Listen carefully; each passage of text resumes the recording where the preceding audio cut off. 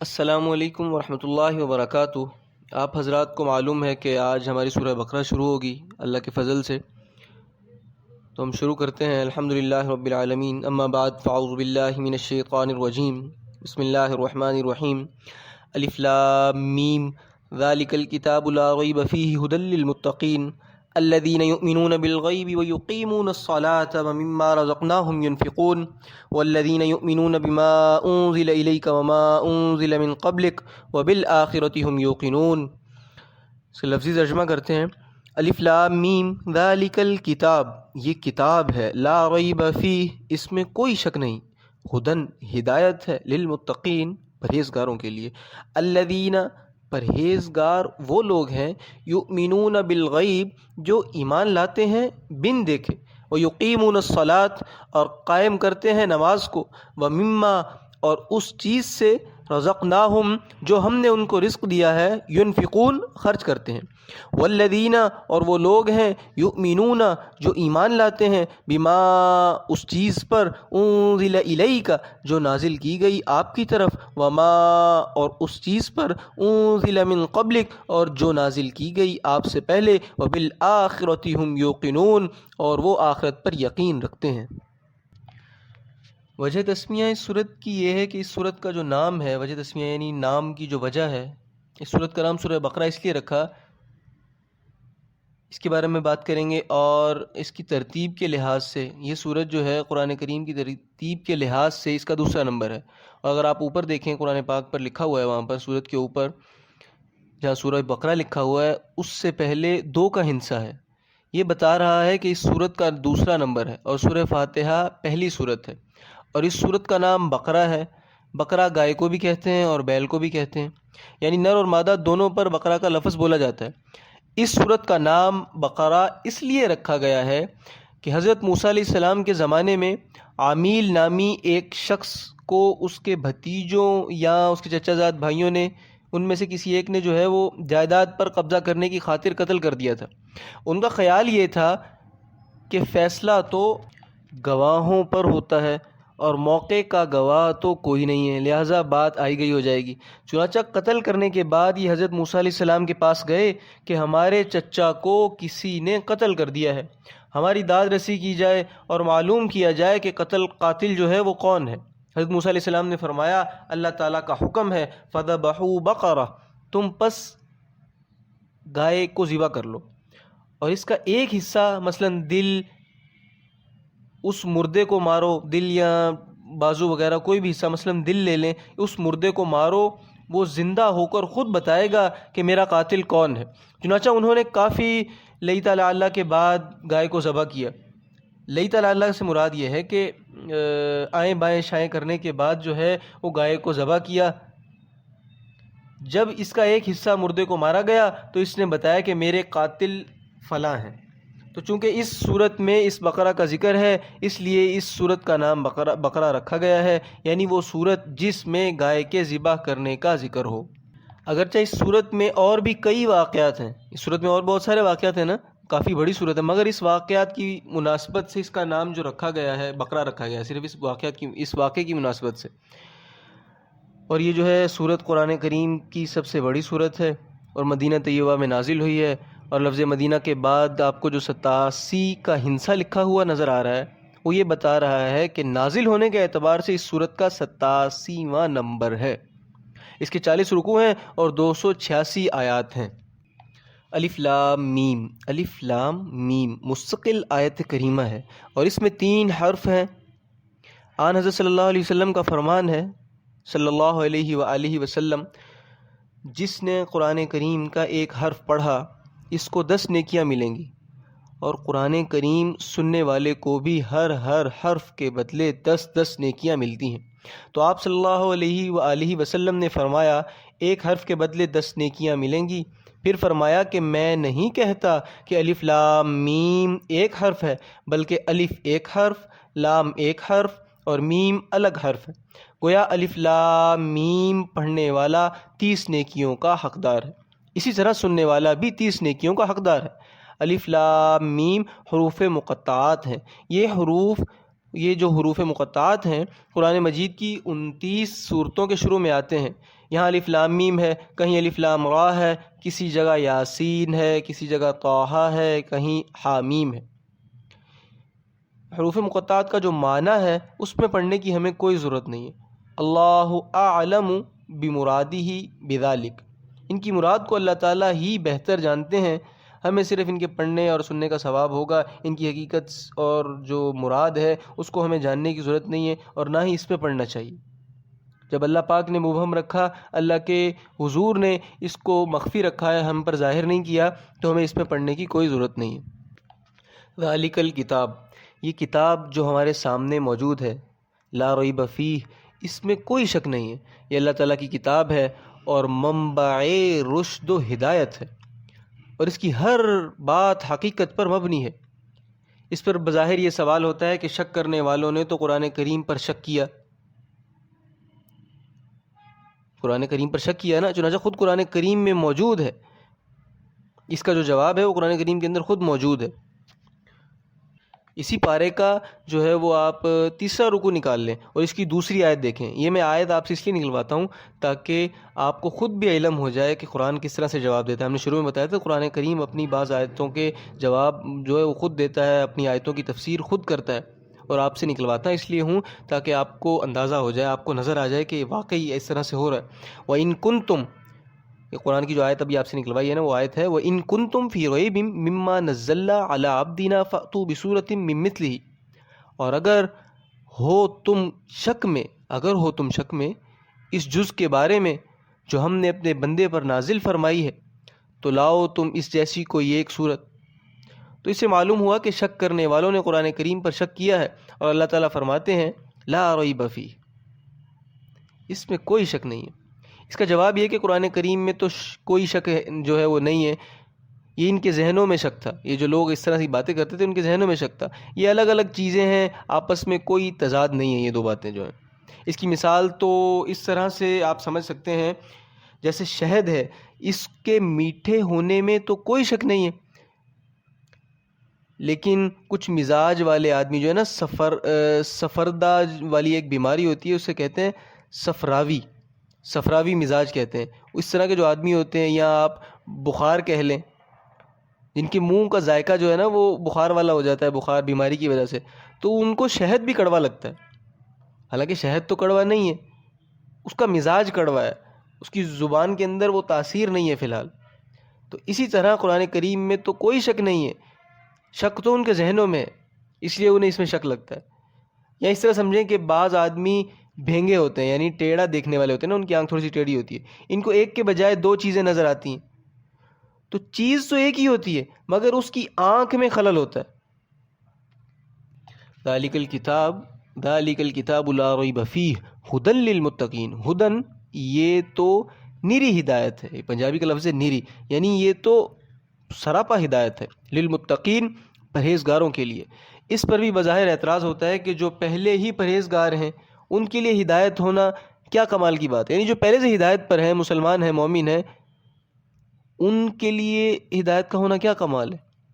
کمال تو یہ ہے کہ نافرمانوں اور مجرموں کے لیے اس کتاب میں ہدایت ہوتی. جو بندہ پہلے سے ہدایت پر ہے اس کے لیے کیسے ہدایت والی ہوگی. تو اس کا پھر یہ مطلب ہے، اس کا جو ترجمہ ہے وہ سمجھنے کے لیے آپ کو ایک عربی کا مقولہ ہے جو اس کی ضمن میں ہے متقین کی، کہ اس کا یہ مطلب نہیں ہے کہ تقوی اختیار کرو. ہدایت ہے ان لوگوں کے لیے جو متقی ہیں، یہ ترجمہ بنتا ہے. لیکن اس کا مطلب یہ ہے کہ سائرین الی التقوی، جو تقوی کی طلب رکھتا ہے، جو تقوی کی طرف بڑھتا ہے، جو اپنے ایمان کو مضبوط کرنے کی کوشش کرتا ہے، جو سچا طالب ہے، سچا طلبگار ہے، اس کے لیے اس میں ہدایت ہے. اس لیے یہ لفظ استعمال کیا ھدی للمتقین، پرہیزگاروں کے لیے جو ہے اس میں ہدایت ہے. جو کوشش کرتا ہے تقوی کی، نیک بننے کی، اس کے لیے ہدایت ہے. جو کوشش نہیں کرتا، بے طلبوں کو اللہ پاک جو ہے وہ عطا نہیں کرتے.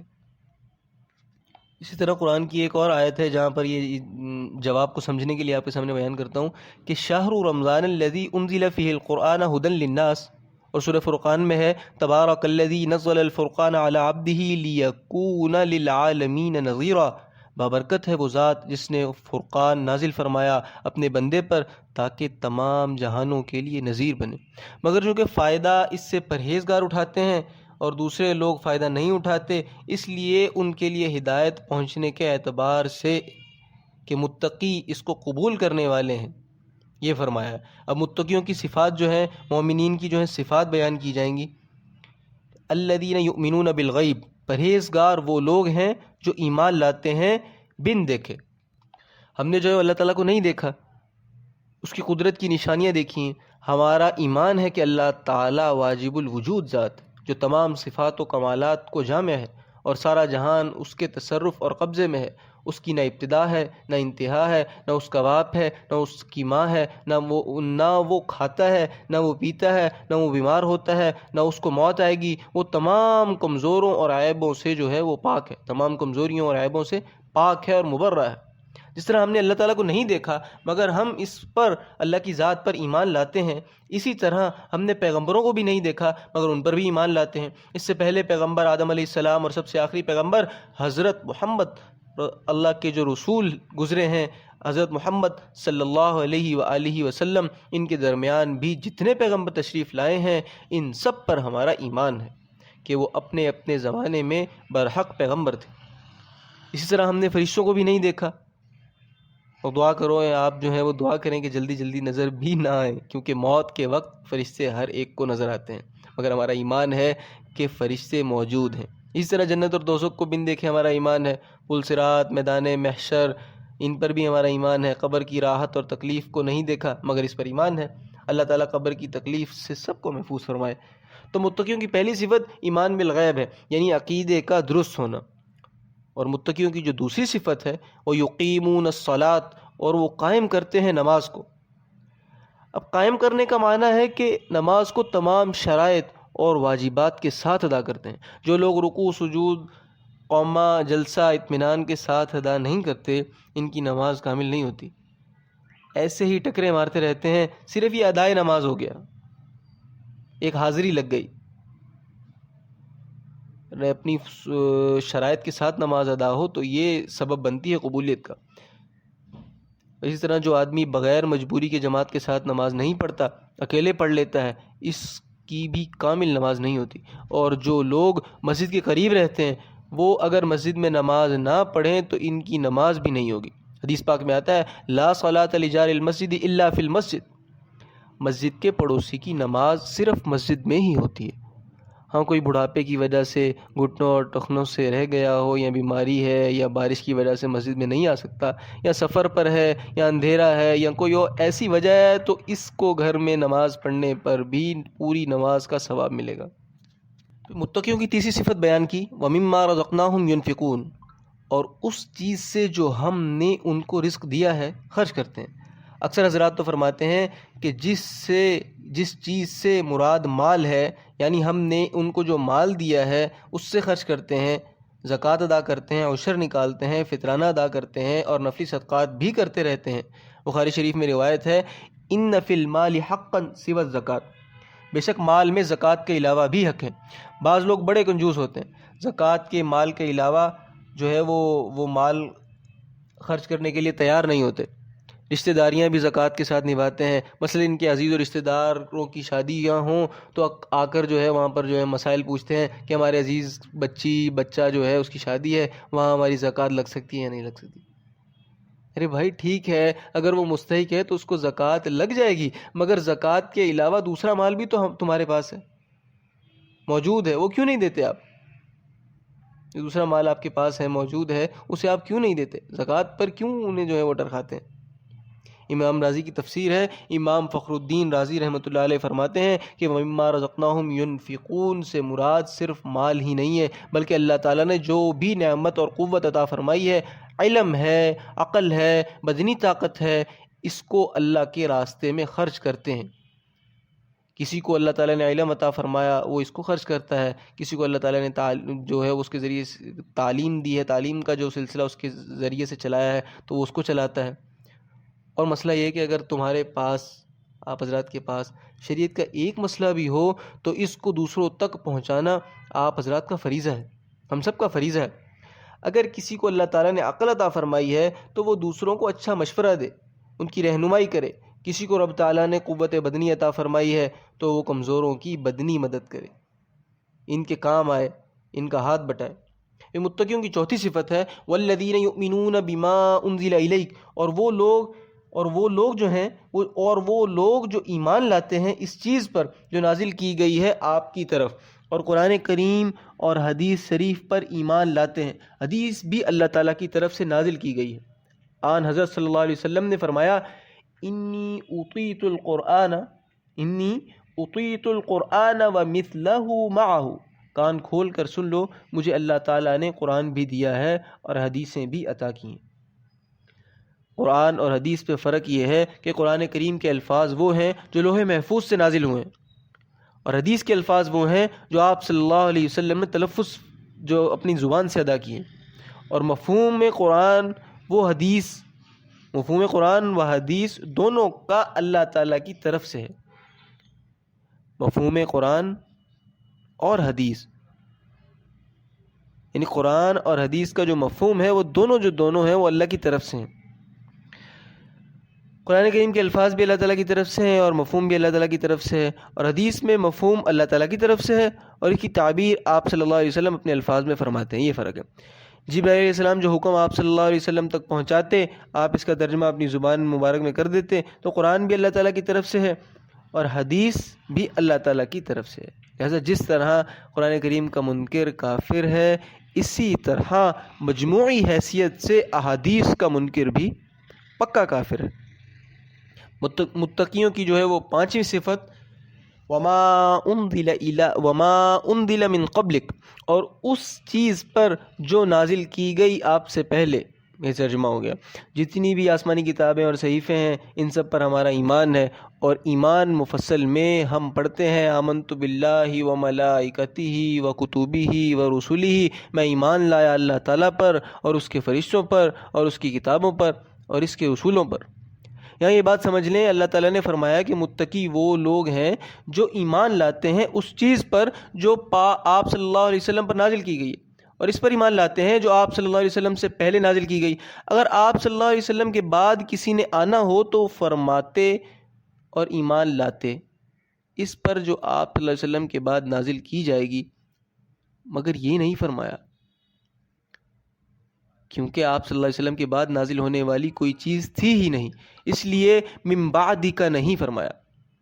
اگر آپ صلی اللہ علیہ وسلم کے بعد نبوت ہوتی اور وحی آنی ہوتی تو یقیناً اللہ تعالیٰ اس کے متعلق بھی فرماتے۔ متقیوں کی چھٹی صفت ہے، وبالآخرۃ ھم یوقنون، اور وہ آخرت پر یقین رکھتے ہیں کہ قیامت حق ہے اور مرنے کے بعد دوبارہ زندہ ہونا ہے، اور یاد رکھنا قیامت دور نہیں ہے۔ یہ بات آپ حضرات کو بتا دوں، ہر بندہ اپنے ذہن میں رکھے کہ قیامت دور نہیں ہے، سب یاد رکھیے۔ آن حضرت صلی اللہ علیہ وسلم کا ارشاد گرامی ہے صلی اللہ علیہ وسلم، من مات فقد قامت قیامتہ، من مات فقد قامت قیامتہ، جو شخص مرتا ہے پس تحقیق اس کی قیامت قائم ہو جاتی ہے۔ بس آنکھیں بند ہونے کی دیر ہے، جنت و دوزخ سامنے آ جائے گی، بلکہ آنکھیں بند ہونے سے پہلے دنیا کی زندگی کے آخری لمحات میں ہی فرشتے نظر آنے لگ جاتے ہیں۔ مرنے والے کے علاوہ دوسرے لوگوں کو نظر نہیں آتے، کیونکہ ایمان بالغیب ہے، یہی ہمارا عقیدہ ہے، یہ ایمان بالغیب ہے۔ کتنا معمولی سے فرق سے یہ بات سمجھائی کہ مرنے والے کے علاوہ جو دوسرے لوگ ہیں ان کو نظر نہیں آتے، مرنے والے کو نظر آتے ہیں، کیونکہ اس کا اب جو ہے وہ چیپٹر کلوز ہو گیا، اب اسے نظر آ رہے ہیں۔ ایمان بالغیب یہاں پر پورا ہو رہا ہے، دیکھیں۔ اور مرنے والے کو جان نکالنے والا فرشتہ جو ہوتا ہے اور اس کے ہاتھ جو ہوتے ہیں جو اس کے معاون ہوتے ہیں، یعنی اس کی جو ہاتھ، اس فرشتے کے جو ہاتھ ہوتے ہیں، جس طرح کے ہاتھ ہوں گے فرشتے کے، وہ اس پہ نظر آتے ہیں۔ نیک ہے تو جنت کا لباس اور خوشبوئیں لے کر آتے ہیں، اور اگر بد ہے تو جہنم کے ٹاٹ اور بدبوئیں لے کر آتے ہیں۔ یہ فرشتوں کی بات ہو رہی ہے جو روح نکالنے کے لیے آتا ہے۔ اس لیے قبر کو نہ بھولیں، یہ میری بات یاد رکھیے، اس لیے قبر کو نہ بھولیں، ہم میں سے کوئی بھی قبر کو نہ بھولے، جزا سزا کو کبھی نہ بھولیں، آخرت کو کبھی نہ بھولیں۔ جوانی میں عبادت پر تھوڑی سی بات کرتا ہوں، پھر بات کو ختم کرتے ہیں۔ نوجوان یہ یاد رکھیں کہ عبادت تو عبادت ہے، نماز تو نماز ہی ہے، چاہے نوجوان پڑھے یا بوڑھا، مگر نوجوان کی عبادت اور نماز کا لطف اور ہے، اس کا جو مزہ ہے نا وہ بس اگر عبادت کا لذت حاصل ہو جائے تو پھر اس کا اندازہ ہو سکتا ہے، اس کا بیان نہیں ہو سکتا۔ جوانی کی عبادت کی جو لذت ہے وہ بیان نہیں کی جا سکتی۔ حدیث پاک میں آتا ہے کہ قیامت والے دن اللہ تعالیٰ کے عرش کے سائے کے نیچے جن لوگوں کو جگہ ملے گی، ان میں ایک وہ شابن، وہ نوجوان ہوگا، نشأ فی عبادت اللہ تعالیٰ، جس کی جوانی اللہ تعالیٰ کی عبادت میں گزری ہوگی، اس کی جوانی اللہ تعالیٰ کی عبادت میں گزری ہوگی۔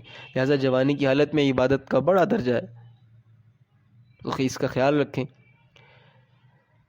جو کچھ ہم نے آج باتیں کی ہیں ایک دوسرے سے، میں بھی ایک طالب علم کی حیثیت رکھتا ہوں، لیکن فی الوقت جو ہے وہ آپ کے لیے تو آپ کے ایک استاد کی حیثیت رکھتا ہوں، تو اس لیے میں کہتا ہوں کہ میں جو کچھ کہتا ہوں اس کو صرف سنیں ہی نہ، بلکہ اس پر عمل کرنے کی کوشش کریں۔ میں بھی انشاءاللہ کوشش کروں گا پوری۔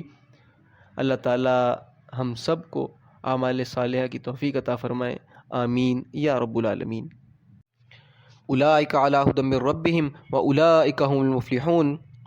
اولئک علی ھدی، یہی لوگ ہدایت پر ہے، من ربہم، اپنے رب کی طرف سے، اپنے پروردگار کی طرف سے، واولئک ھم المفلحون، اور یہی لوگ ہیں فلاح پانے والے۔ اپنے رب کی طرف سے ہدایت پر یہ لوگ جن کی صفات پیچھے گزر گئی ہیں، یہ سب لوگ اپنے رب کی طرف سے ہدایت پانے والے ہیں۔ وَأُولَٰئِكَ هُمُ الْمُفْلِحُونَ، اور یہی لوگ ہیں فلاح پانے والے۔ وآخر دعوانا ان الحمد للہ رب العالمین۔